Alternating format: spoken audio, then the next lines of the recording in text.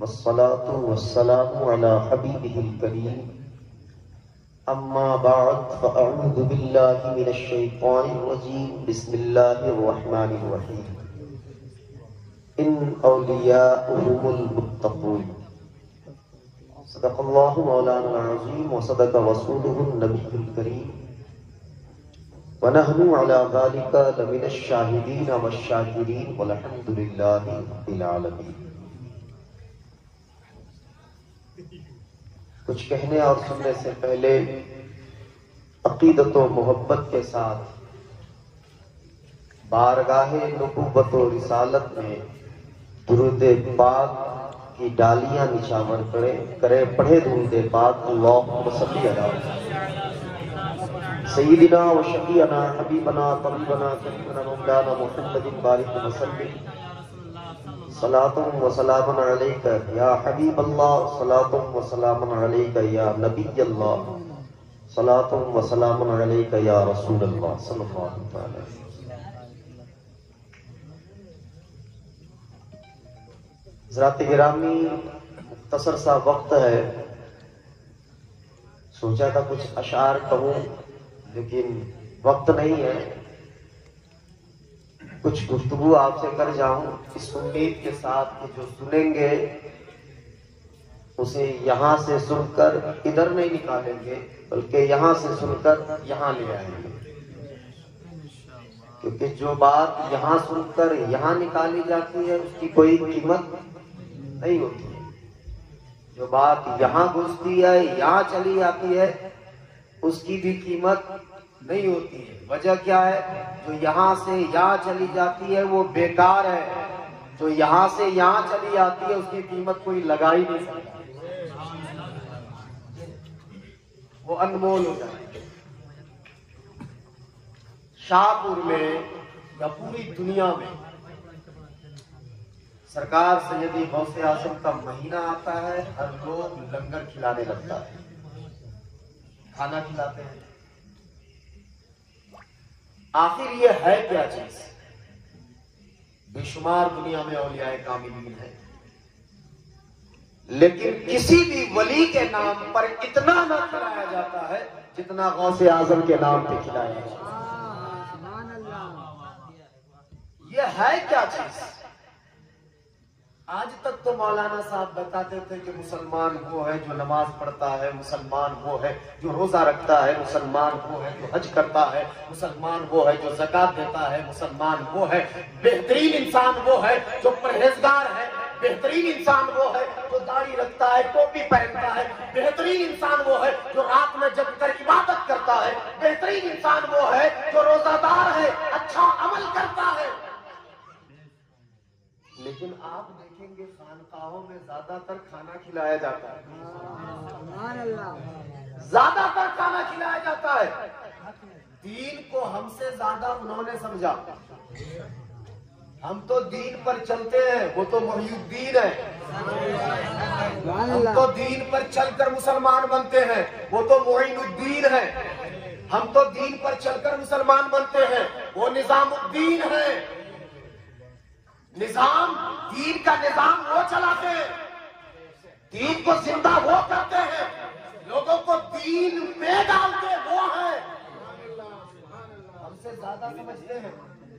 اے اللہ کے مقرب بندو، اے غوث اعظم یا خواجہ غریب نواز یا محبوب الہی، آپ نے اپنے خانقاہوں میں یہ لنگر کا نظام کیوں چالو کیا؟ تو پتا چلتا ہے یہ نظام آج کا نہیں. مصطفیٰ علیہ السلام کی بارگاہ میں ایک حدیث پاک ہے، حضرت عبداللہ ابن عمر بن عاص رضی اللہ تعالیٰ عنہ آقا کریم کی بارگاہ میں تشریف لاتے ہیں اور کہتے ہیں یا رسول اللہ، آقا کریم کی بارگاہ میں ہے. وہ روایت کرتے ہیں ایک شخص آتا ہے، آقا کریم سے سوال کرتا ہے یا رسول اللہ مجھے بتائیے کون سا اسلام بہتر ہے، یعنی اسلام میں کون سا عمل سب سے بہتر ہے جو ہمیں فائدہ پہنچائے، جو ہمیں اللہ کے قریب کرے، جو اللہ کی خوشنودی عطا کرے، وہ کون سا عمل ہے؟ آقا کریم فرماتے ہیں تو تطعم الطعام، جو کھانا کھلانا ہے.